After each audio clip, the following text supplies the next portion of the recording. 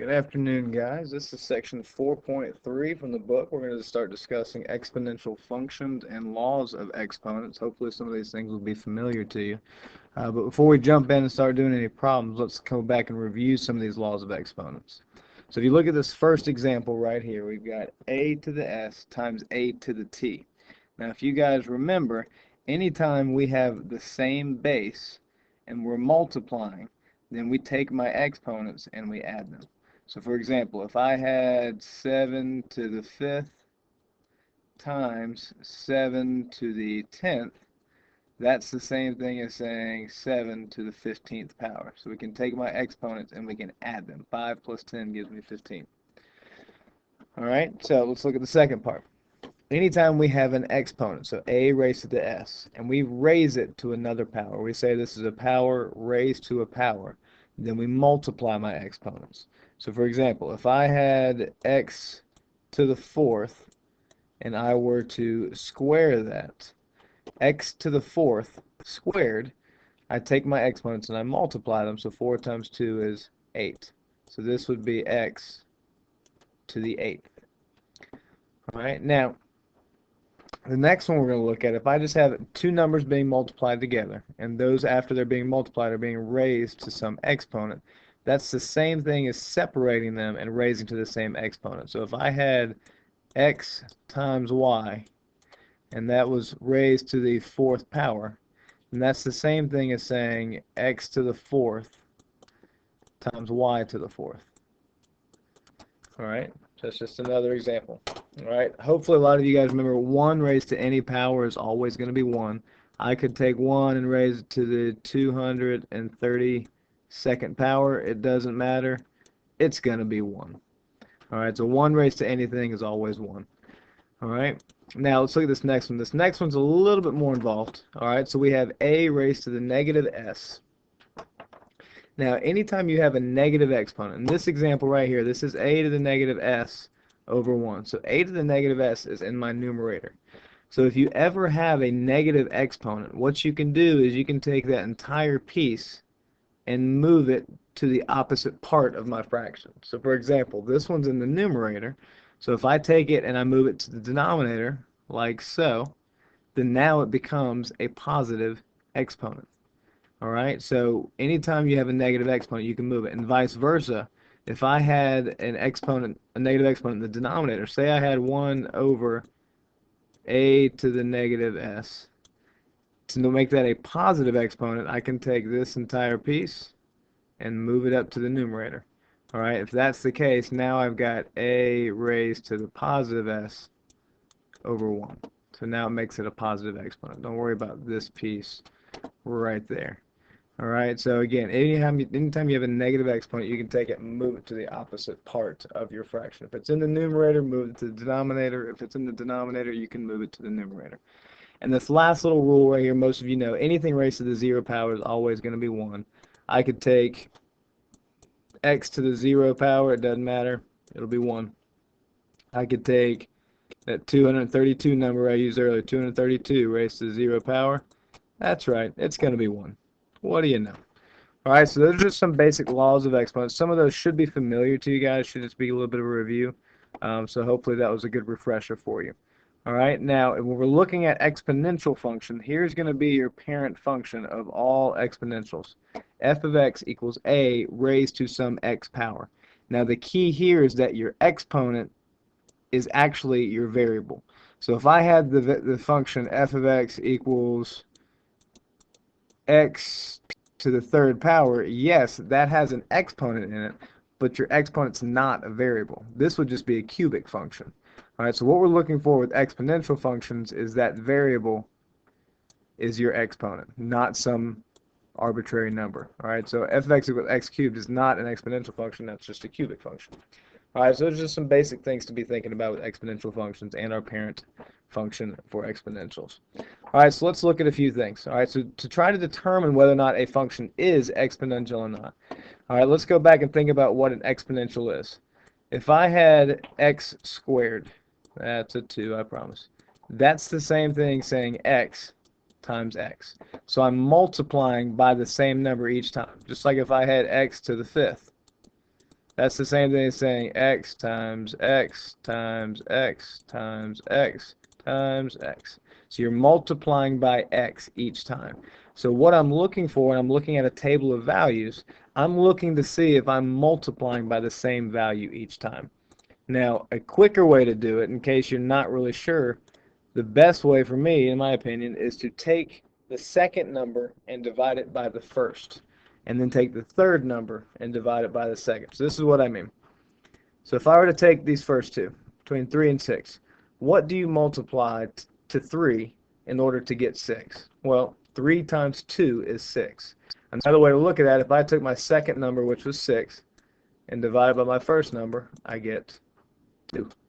So 6 divided by 3 gives me 2. All right, so that means I multiplied by 2 to get a 6. All right, so now I'm going to do the same thing with all my other ones. All right, what would I multiply 6 by to get 12? Well, that's pretty easy. 6 times 2 is 12. Or to double check, 12 divided by 6, I should get 2 as well. So as long as each of these values gives me 2 when I take the next term divided by the previous term, as long as all of those in this case would be 2, that means this table represents an exponential function. So far, so good. However, if I multiply 12 by 2, do I get 18? No, I don't. 12 times 2 is 24. All right, so if I just kind of did the same thing I've been doing, so 18 divided by 12, that is not 2. That reduces to 3 over 2, which is not the same as 2. Therefore, this is not exponential. Again, exponential means you're multiplying by the same value each time. In this case, I'm multiplying by 2, multiply by 2, multiply by 3 over 2, not a function. So that's what you're looking for. Are you multiplying by the same thing each time? So let's look at the second one. All right, so same kind of thing. I'm looking to see if I'm multiplying my first term times some number to get the second term, times that same number to get the next one, times the same number. So I'm looking to see if I'm multiplying by the same number each time. Now, what would I need to multiply 1/4 by to get 1? Well, you're not quite sure. We could do this. We could take my second term, which is 1, and divide it by my first term. So 1 divided by 1/4. Well, we discussed last section, anytime you take a fraction or a number and divide it by a fraction, that's the same thing as multiplying by the reciprocal. So I got my 1 times the reciprocal of 1 over 4 is just going to be 4 over 1. And then 1 times 4 is just 4. So 1/4 times 4 actually gives me 1. So in this case, the value I'm multiplying by is 4. So let's just make sure that I have a 4 for the other part of my values as well. Make sure I'm multiplying by that same value. So what would I need to multiply 1 by to get 4? Well, 1 times 4 is 4. Another way to check is take your next term and divide it by your previous. So take my 4 divided by 1. 4 divided by 1 is 4. So far, there's a 4, there's a 4. So far, so bueno, or so good. All right, so same thing. What would I need to multiply 4 by to get 16? Well, 4 times 4 is 16. Or if you're not sure, take your next term, divide it by your previous. So 16 divided by 4 gives me 4. If I multiply by 4, I multiply by 4, I multiply by 4. So far, so good. And the last one, let's look at that. 16 times what gives me 64? Well, I know that 16 times 4 is 64, but just to make sure, if I take 64 and divide it by 16, guess what? It's 4. Boom shakalaka. So, therefore, we multiplied by the same number each time. Therefore, yes, this is exponential. And you have to excuse the handwriting. I'm using a mouse again. So, all right, that makes sense? I hope it does. So, again, you're exponentially you're multiplying by the same number each time. In this case, we're multiplying by 4 each time. All right, now, let's look at some exponential equations and solving some exponential equations. All right, what my goal here is to get the common base. All right, now if you look kind of right up here, it kind of gives us a rule, and this is a rule that you need to follow anytime you're solving exponential functions until we start getting the logarithms. This is a rule that you can always use. If you have the same base, that means your exponents will be equal to each other. So for example, if I had x to the 4th equals x raised to some y value. Because I have the same base of x, that means y is equal to 4. So my exponents will be equal to each other as long as they have the same base. But again, my goal here is to get a common base. All right, so right now, if we look at this first example, or number 3, all right, the left side of my equation has a base of 3. The right side of my equation has a base of 81. 3 is not the same as 81. So what I want to try and do is see if I can't reduce this 81 to somehow get a common base of 3. You always want to reduce a value down to the lowest common base. So in this case, I have a common base of 3, so I want to try and take 81 and make it have a base of 3. So I'm just going to bring down my 3 raised to the x plus 1. Now, 3 raised to what power gives me 81? And if you need to bust out your calculator, you can. All right, so if I know that 3 squared, let's just look over here. 3 squared is 9. Okay, so I know 3 cubed is 27. And then what's 3 to the 4th? Lo and behold, there's your 81. So what I'm going to do is I'm going to rewrite 81 as 3 to the 4th power. I didn't change the value at all. All I did was rewrite it using a base of 3. So 81 can be rewritten as 3 raised to the 4th power. So now, notice, we have the same base now. I got a base of 3. I got a base of 3. So just like this rule says, if I have the same base, then I can take my exponents and set them equal to each other. So in this case, my exponent is x plus 1. The other side of the other exponent from my other base is 4. So x plus 1 equals 4. If I subtract the 1 over, I get x equals 3. So there you go. So once again, our goal is to get a common base, and that'll help us solve our exponential equation. I hope that makes sense. So let's look at the second one. Thought there was one down there. Guess there's not. All right, let's look at a second one together, and then I'll let you guys try one on your own. All right, so let's look at this one. All right, so I have a base of 9, and then I have 1 over 3. Now, we've got a couple things going on. With this base of 9, notice I have a negative exponent. All right, with this 1/3, I've got the 3 down in my denominator. Now, you can do one of two things.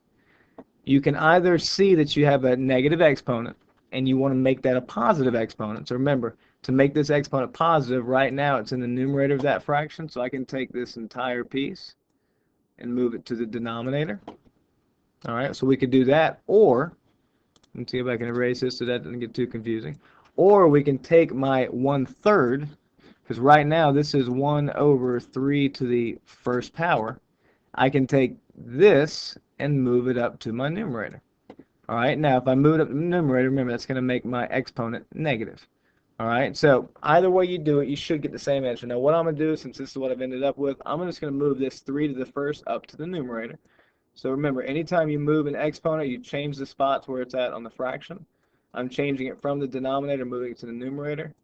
That's going to be 3 to the negative 1. All right, now I still don't have the same base though. This has a base of 9. This has a base of 3. So I always want to reduce down my base. So right now I have a base of 9. So can I rewrite 9 using a base of 3? Well, yes, I can. 9 is 3 squared. So notice I brought down my negative x, but I just rewrote 9 as 3 squared. All right, and I'm just going to bring down my 3 to the negative 1. All right, so not quite done yet. Still got to do a little bit more before I can simplify. All right, I have a power, or an exponent, raised to another exponent. If you go back to the very first page when we're looking at our laws of exponents, anytime you have a power raised to a power or an exponent raised to an exponent, you multiply. So 2 times negative x is negative 2x equals 3 to the negative 1st power. All right, so now I've got the same base. So now that I have the same base, I can set my exponents equal to each other. So there's one exponent, there's my other exponent. I'm going to set them equal to each other and solve. So I've got negative 2x equals negative 1. All right, so what will we need to do here to solve for x? Well, I got to get rid of this negative 2 since I'm multiplying, the opposite of multiplying. That do be dividing. So let's divide both sides by negative 2. Boom. So I'm left with x equals negative divided by negative is a positive, so x equals 1/2. There you go. Cool. All right, cool beans. All right, y'all try this one for me real quick. So take a second. You can try this one, and we will come back together momentarily. All right, so hopefully you had a couple minutes to go through and try this one. All right, so now let's look at this. All right, I've got to have a common base. Right now I've got a base of 2 and a base of 4. You never want to increase this, and you don't want to square that because then you're changing this value. All right, we're changing 2 to be a 4, and now you're just changing the value. So what I want to do is I want to take the larger number, the larger base, and make it a smaller base. All right, so I got a base of 2, so I'm just going to rewrite that as 2 raised to the 2x plus 1 equals, all right, how can I rewrite 4 with a base of 2? Well, 4 can be rewritten as 2 squared. 2 squared is 4. So notice I didn't change the value. It's still 4. I just rewrote it as 2 squared. So now that I have the same base, I can take my exponents, set them equal to each other. So I got 2x plus 1 equals my other exponent, which is 2. So again, I'm taking my exponents. So that exponent and that one right there, and I can set them equal to each other and solve. So first thing I need to do is subtract the 1 over. So after I do that, 2 minus 1 gives me 1. Divide by 2. I'm actually going to get the same answer I got previously. So my x value is 1/2. Now this x value, what it's telling me is if I were to take that back in and plug it in, this would make this side of my equation equal to this side. So if we look at that, 2 times 1/2 is 1. 1 plus 1 is 2. That's 2 squared, which is 4. So we're solving for x. We're solving for the variable that will make the left side of my equation equal to my right side. Awesome. Hopefully that's not too bad for you. All right, so once again, y'all take a quick second and try this one. All right, so once again, to solve our exponential equation or our function, we've got to have a common base. So right now I've got a base of 3 and a base of 9. Once again, I never want to take my smaller base and increase it because then you're changing its value. You always want to take the larger base and rewrite it with a smaller base. All right, so let's take 3, keep that, and this is actually 3 raised to the x cubed power. I know it doesn't look like that, but that's what it actually is. It's not 3 raised to the x times 3, it's just 3 raised to the x cubed equals, and I'm going to rewrite 9. So how can I rewrite 9 as a base of 3? Very good, everybody. That's going to be 3 squared. All right, I could hear everybody answer through the computer. Excellent job. All right, so I just rewrote 9 as 3 squared. So it's 3 squared raised to the x power. All right, so I've got 3 raised to the x cubed equals. All right, now once again, I got a power raised to a power. So 2 times x is 2x. So 3 raised to the 2x. Boom. Now I've got my common base. So now I can take my exponents and set them equal to each other. So in this case, I've got x cubed equals 2x. Cool. Now, be very, very careful, and a lot of people might have a kind of an intuition of what to do immediately. What you want to make sure you do, though, is move this 2x over. Don't divide both sides by x and make that x squared, because then you're actually losing one of your x values. So instead, we want to take this 2x here and subtract it over. So I've got x cubed minus 2x equals 0. Again, if you divide by x and you get rid of one of those, that means you're actually losing an x value that actually is part of your equation. All right, so the next thing we can do, somebody might have already said it, is factor. So let's factor out an x here. So I'm left with x times x squared minus 2 equals 0. Now I've got two things that I'm multiplying together to equal 0. So one or both of them have to equal 0. So let's just take this right up here. So I'm going to set both pieces equal to 0 and solve. So I'm going to take x equals 0. So take that piece right there. So I'm going to take x equals 0. Then I'm going to take x squared minus 2 equals 0. So we got x squared minus 2 equals 0. So again, I got x squared minus 2, and I've got x squared. I'm going to set both pieces equal to 0 and solve. So this one right here, we're done. So there's x equals 0. There's one of my solutions. Now for x squared minus 2, let's add the 2 over. So I get x squared equals 2. And now to get rid of x squared, we take the square root of both sides. So we'll go blue to the square root of both sides. So that gives me x equals And like we've mentioned before, anytime you take the square root, what do you have to make sure you always include? Very good. Plus or minus. Those are my other two solutions. So I've actually got three solutions here. X equals 0, and then x equals plus or minus square root 2. Awesome. So there you go. There's exponential equations for you. All right, so now what I want to do is let's look at graphing our exponential function. All right, so just like we've been doing with all graphing, we're going to make a table. Now, the table is going to create every part of my graph. All right, so let's look at that real quick. All right, so let's start looking at graphing our exponential function. All right, so like we said, we're going to make a table. All right, we're going to have some asymptotes here, and we're actually only going to have a horizontal asymptote. All right, now for exponential functions, your domain will always, always, always be all real numbers. Always and forever, from negative infinity to positive infinity and beyond. That will be your domain. Always, always, always. I'm actually going to put that right down here. Now, your range is going to be based off of something. We're going to talk about that in a second. Now, with your exponential functions, all right, we've got to make a table like we said. Now, we've used some kind of technique out of all the functions we've done to figure out where we need to start in my table. For example, our rational functions, we took my restricted values in my domain, created a table using those, picked two behind, two in front. And we'll do something very similar here. The way we're going to create our table here is we're going to take my exponent, in this case, which is x. You're going to set it equal to 0 and solve. That's going to give you that middle point that you want to start at when you make your table. So in this case, I set x equal to 0 and solve. That's going to give me my middle point to start in my table. And just like we've always done, I'm going to pick 2 points behind it. So I'm going to go -1 and -2. And I'm going to pick 2 points in front of it, +1 and +2. Those are going to give me 5 values to plot. Now the other piece that we need is we need a horizontal asymptote. All right, most of you guys are familiar with seeing some kind of exponential graph. It's going to look something kind of like this right here. Again, I'm using a mouse, so it's not the prettiest thing. But notice this part of my graph right down here is actually going to be approaching an asymptote. It's never going to pass the asymptote, but it's going to be approaching that asymptote. So we got to figure out how to do that. And it's pretty quick.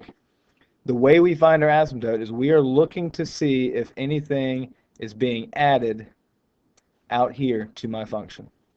That value, so that specific value, will tell me what my horizontal asymptote is going to be at. So in this case, I'm not adding anything out here. So I can say +0, so my horizontal asymptote will actually be at y equals 0. So I can actually go ahead and draw that horizontal asymptote in. So I'm going to draw in my horizontal asymptote right here at y equals 0. And again, we got that from this piece out here being added to my function. There's nothing being added to it, so I'm always adding a 0. Now, let's go ahead and plot my function, and then we can talk about my range and my increasing and decreasing. We haven't talked about that very much, but we can talk about that briefly. All right, so just like we've always done, to find my y values, I take my x values and I plug them into my function. Now, let's start with our bottom ones down here. So if I plug in a 2, that's going to be 2 squared. 2 squared is 4. All right, let's plug in a 1. 2 raised to the first power is 2. All right, 2 raised to the 0 power, if you go back to our laws of exponents, anything raised to the 0 power is always going to be 1. All right, now the next one I've got is 2 raised to the -1. I'm going to put that one up here. 2 raised to the -1. Now, if you remember, anytime we have a negative exponent, we can move it to a different location in my fraction, and that'll make it positive. So right now, 2 to the -1, I'm going to put that over 1. It's a negative exponent, so if I take it and I move it down to my denominator, that'll make it positive. So that's the same thing as saying 1 over 2 to the first. Well, 2 to the first is 2, so that's the same thing as saying 1/2. So -1 is going to yield me a value of 1/2. Excuse me. All right, now let's take -2. If I plug in a -2, that's 2 raised to the -2. All right, once again, it's a negative exponent, so let's put that over 1. All right, so same thing. If it's a negative exponent, let's move the location where the exponent is. So it's in the numerator, so let's move it to the denominator. So this will be 1 over 2 squared, which is 1 over 4. All right, I'm going to write it right here so we can see it a little bit better. So if I plug in a -2, I get 1/4. So there is my table of values. All right. So what I'm going to do is I'm just going to move these. Oh, don't want to move all of those, I guess. I'll just erase that stuff. All right, so we'll just erase this, erase that. So that's just how we got our table of values. So now we can go through, let's plot our points. All right, so we have the point -2, 1/4, so -2 up 1/4, somewhere around in there.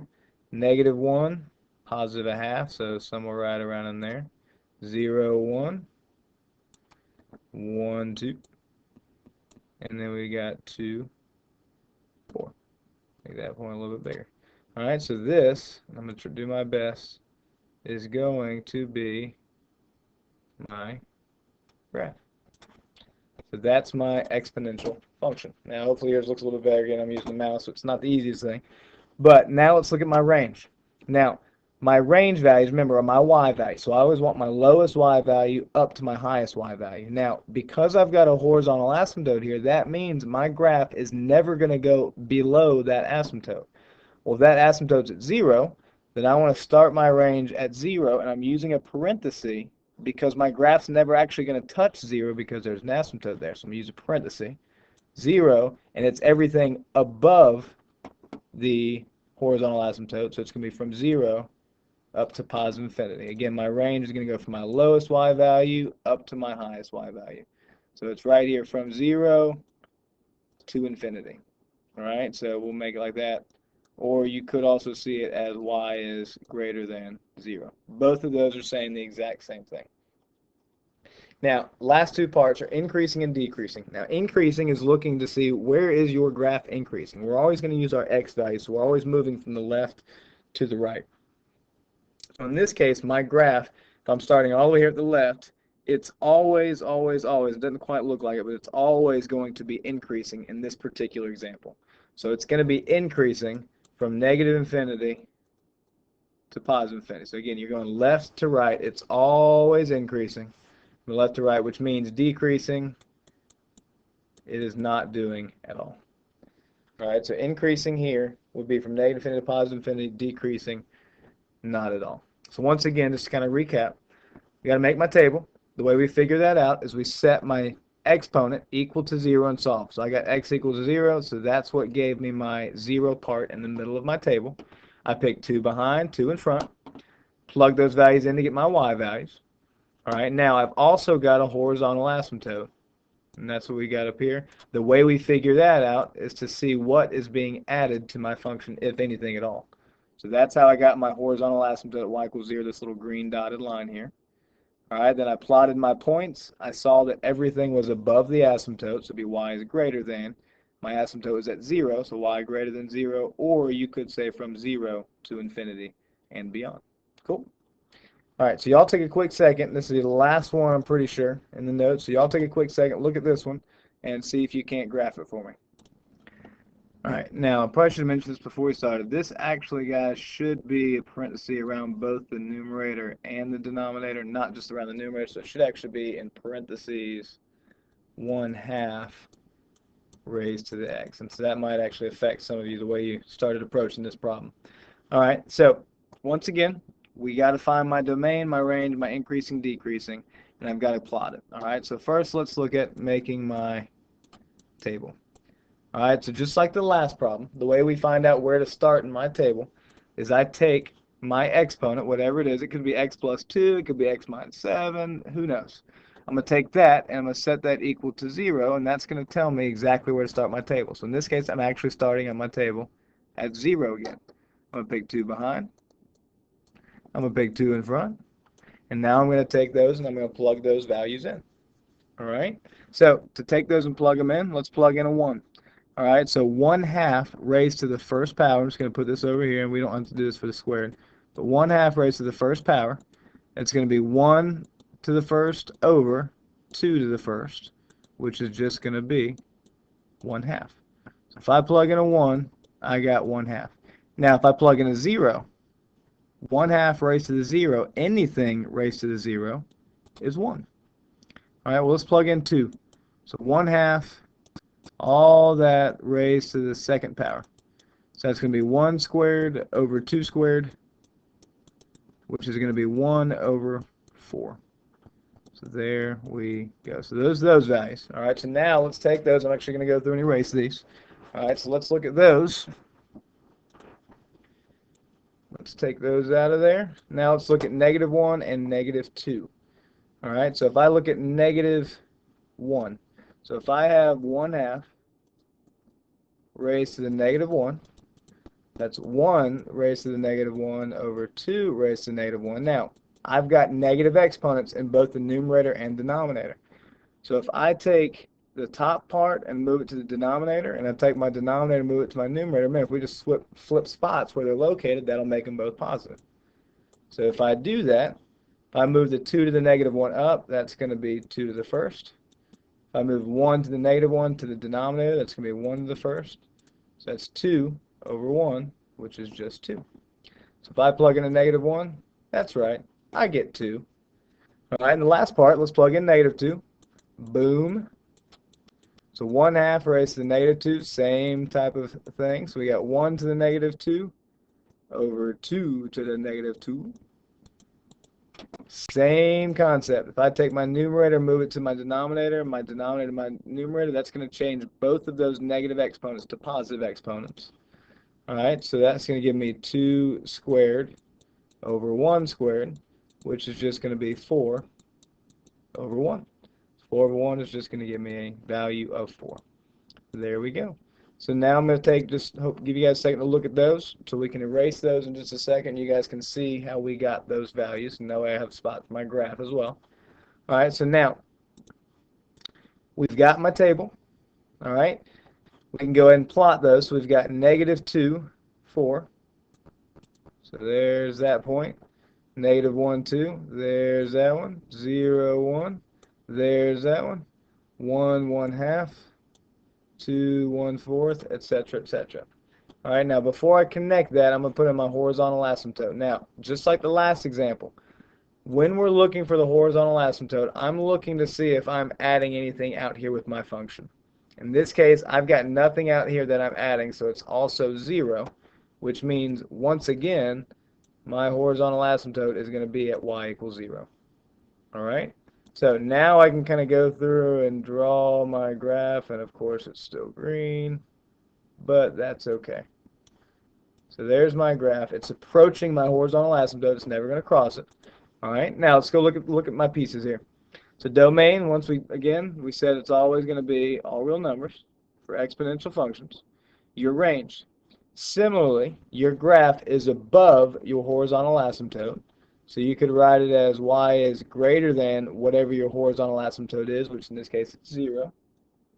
We can write it like that, or just like we did in the last problem, we can say from 0 to positive infinity. Again, it's your lowest y value all the way up to your highest y value. Now the last part, you're increasing and decreasing. Now if we started left to right, so the left part of my graph is way up here. As I move to the right, you notice I'm coming downhill and I'm getting lower and lower and lower, and my values are getting smaller and smaller and smaller, getting closer and closer and closer to 0. So I'm actually decreasing the whole time here. And you think about it kind of like a roller coaster. If you're going from the left to the right, if you're on a roller coaster, whee, all the way down. All right, so in this case, I'm not actually increasing at all. So this would be NA or not applicable. So that means I'm decreasing here from negative infinity to positive infinity. There you go. So there's your graphing. All right, now your homework has already been posted online. It's also in your notes, but there it is just in case. All right, it's in your notes. That's it for this part of 4.3. There's a second part of it, and we'll finish that up tomorrow. Let you guys get started on your homework. Hope you guys have a wonderful, wonderful afternoon, and look forward to seeing you soon. See you guys.